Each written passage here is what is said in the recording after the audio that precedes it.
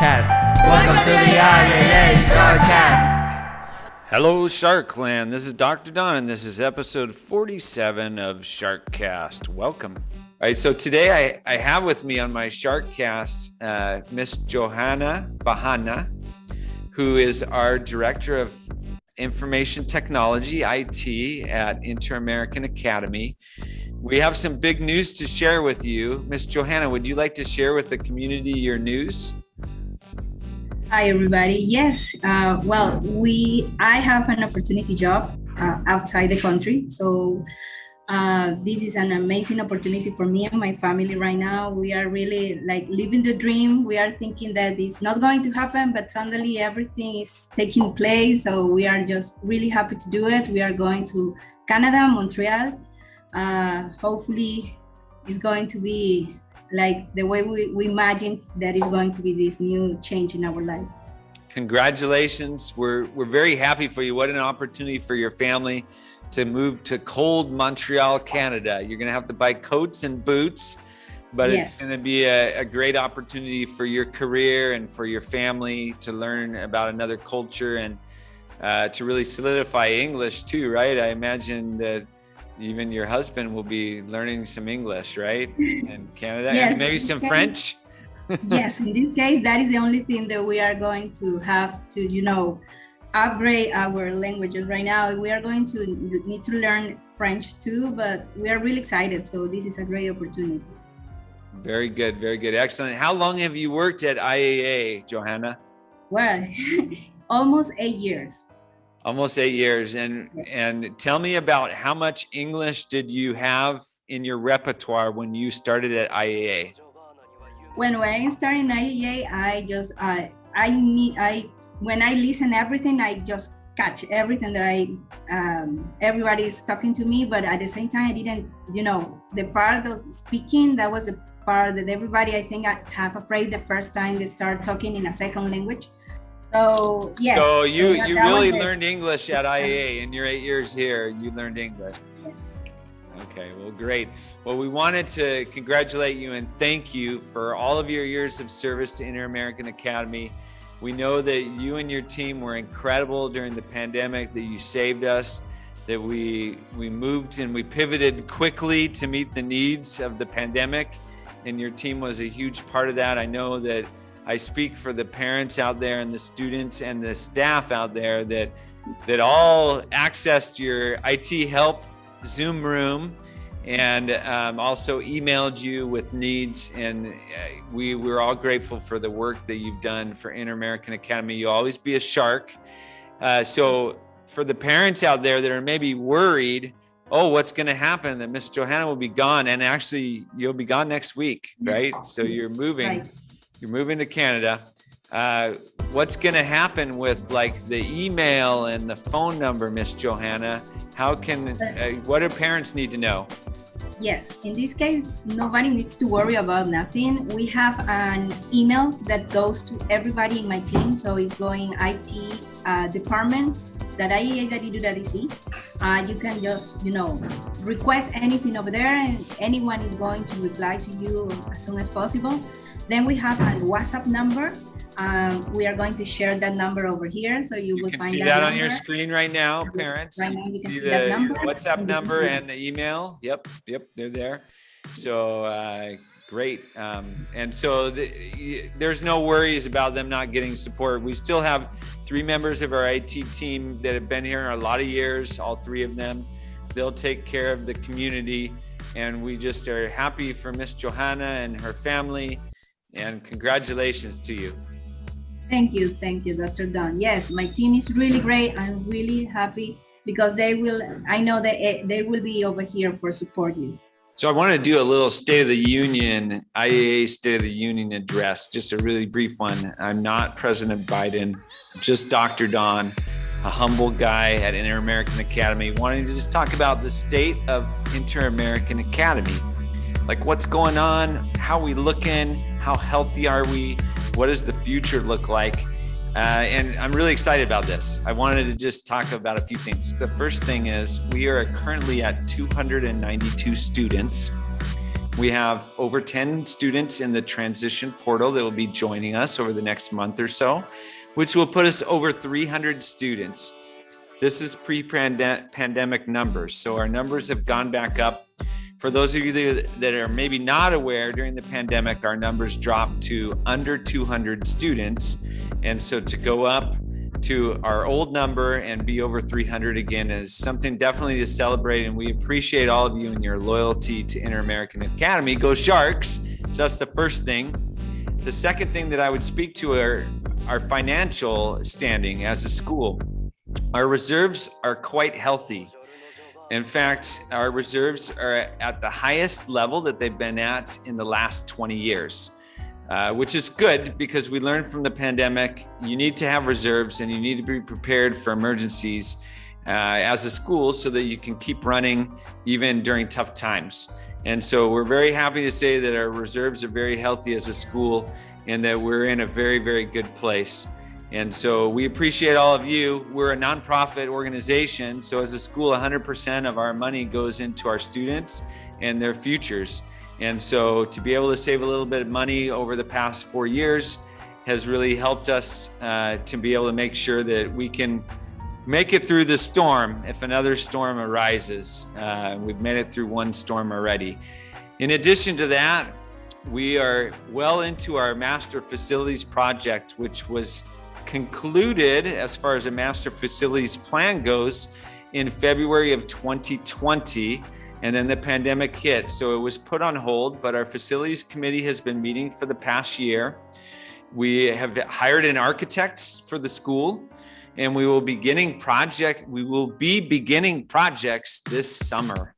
That's right. In June, we will be working on first universal access for our campus. So we'll be taking out stairs, building gradual pathways and walkways, making sure that there's access to the library and other buildings on campus that we haven't had access to. In the future, we'll be adding elevators and we'll be making sure that we have universal access for our campus. So that's project number one. Simultaneously, the board has approved for us to begin the building of a new secondary administrative building. It will be 3.5, 4 stories, and it will be adjacent to the parking lot in the grass field on the other side of the softball field. So where you see the iguanas in the afternoon laying their eggs in the grass, that is where the new building will be built this summer. So that's very exciting news. On top of that, and you will be able to contribute to that project with your talents, your skills, your ideas. You already have. Many of you were here when DMZ came a couple of years ago and got your input, where you put sticky notes on charts and pictures of what you want to see learning look like. The students were able to do that, the teachers were able to do that, and the parents were able to do that. So we're taking all of that data and we're using that as we build these buildings.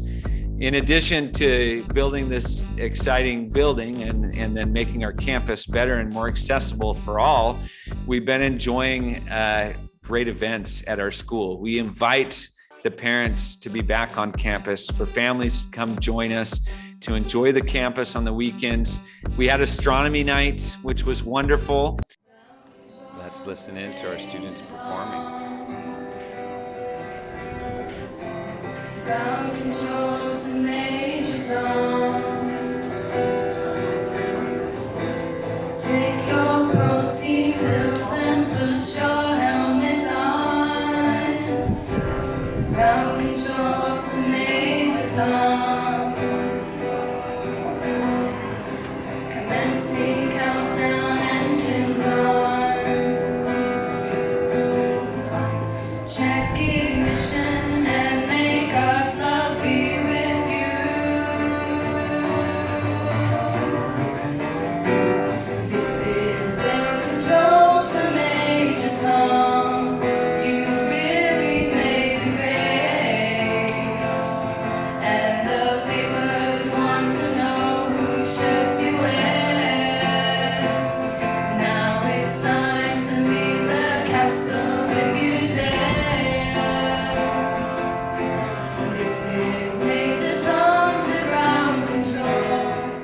In addition to that, we have 𝗃𝗡𝗂𝗂 Concierto coming up the 25th of this month. Pretty awesome. That's next week.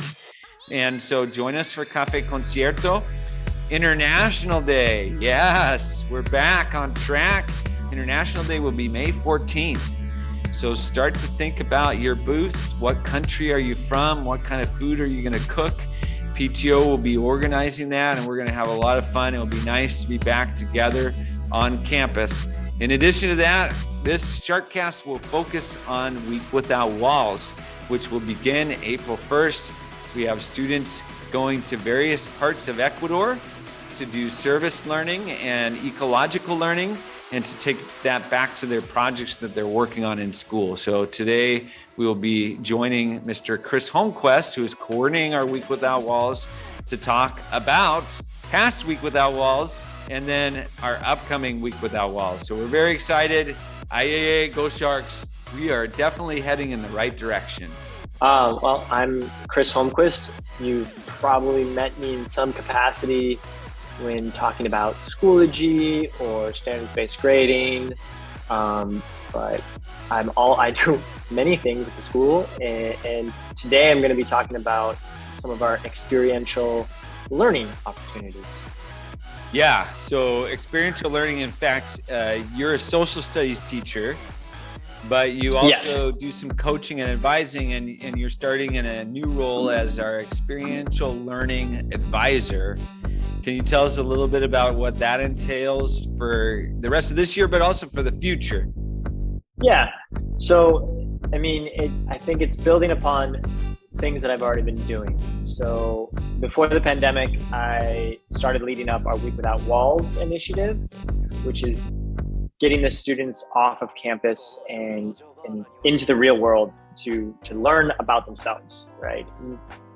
Kind of going away from the scholastic learning and to the self-reflective learning, as well as MUN.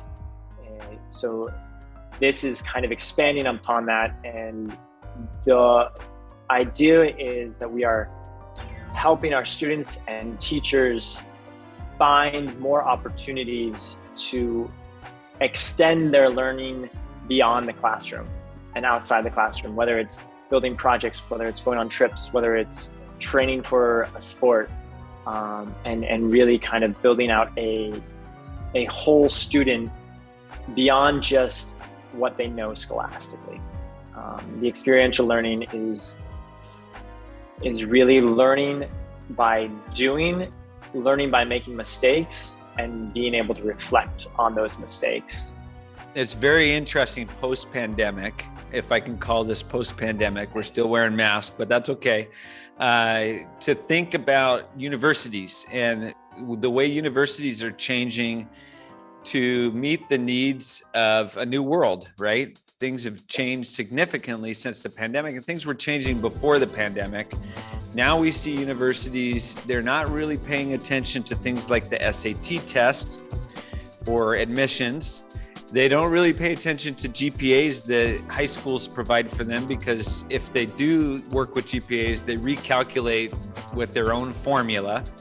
So really, what are they looking for? What are universities looking for from a graduate, and how's that tie into experiential learning? So a lot of, and universities have been looking at this for a while. I think now it's become more important to them, but if you remember when maybe you didn't have to because you're too old, but maybe when you applied for university, you had to write that letter, like the letter about why choose me, which most of the time you wrote about an experience that made you different from every other student.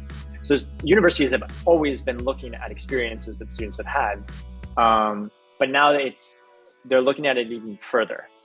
And so incorporating that into our curriculum to give these students the opportunity to gain these experiences and be able to write about them and tell the universities, look, like I hiked over the 𝗃𝗏𝗃 Glacier, which is 4,000 meters above sea level, and I survived. I didn't think I could survive, and have that reflection process. A university is going to see that as, wow, the student, did something that was very difficult, that they didn't feel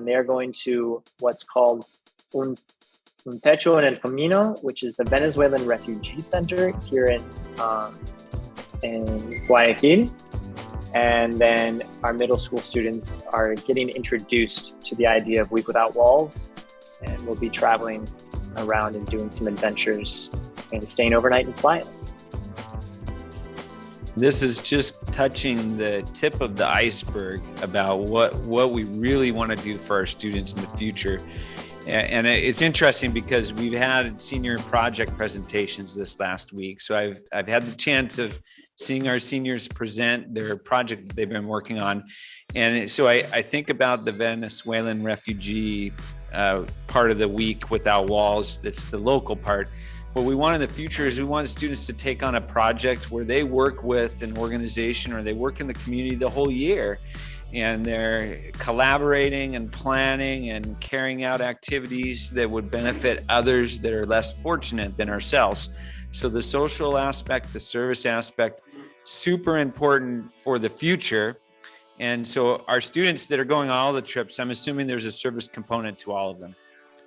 Normally we do have service components, but with COVID this year, it was difficult to incorporate service into some of the trips. For obvious reasons with COVID, the goal is that these trips expand back to having service components, but also being tied back into the actual class and curriculums. So there is a bit more of a purpose in conjunction with our scholastic classes. Right now, they are standalone. They are excellent learning opportunities for the students, but they are standalone from the rest of their classes.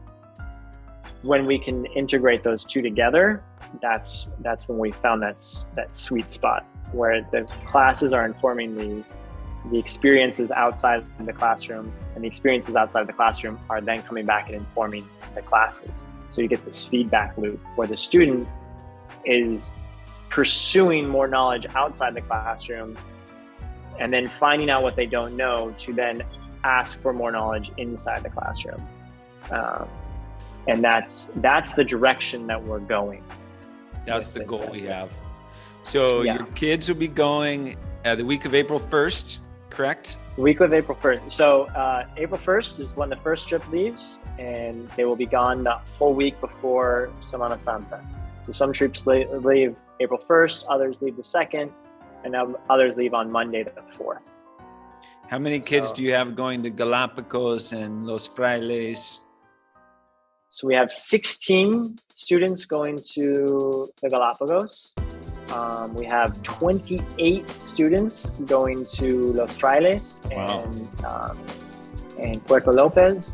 And then we have about 20 students going to the Venezuelan Refugee Center. Great. And that's going to be a very cool experience for them. It's being led up by, I have 2 moms who are helping me with that, both of whom are Venezuelan and have put us in contact and are very excited for our students to come there and have. Yeah. And that's another point that the whole idea is that the entire community is involved in these things. And that we get these experiences not only from me saying, okay, you guys are going to go here, but from community members giving us ideas and telling us, like, we have this person that we're working with. Do you want to help? Do you want to be a part of it? And so it's, again, the goal is that the entire community is involved in educating our students. And hopefully the students are also involved in educating our community. That's a good point, Chris. Hey, what I'm going to do with the screen is I'm going to put your email address up on the screen so the parents can see it, because this is something that you're looking for, is connections to the community where kids could do an internship or work with someone that has expertise, or just having a professional be a mentor to one of our students working on a project. We need that kind of resource from our families. I agree. Yeah. I think that would be great. Go Shark.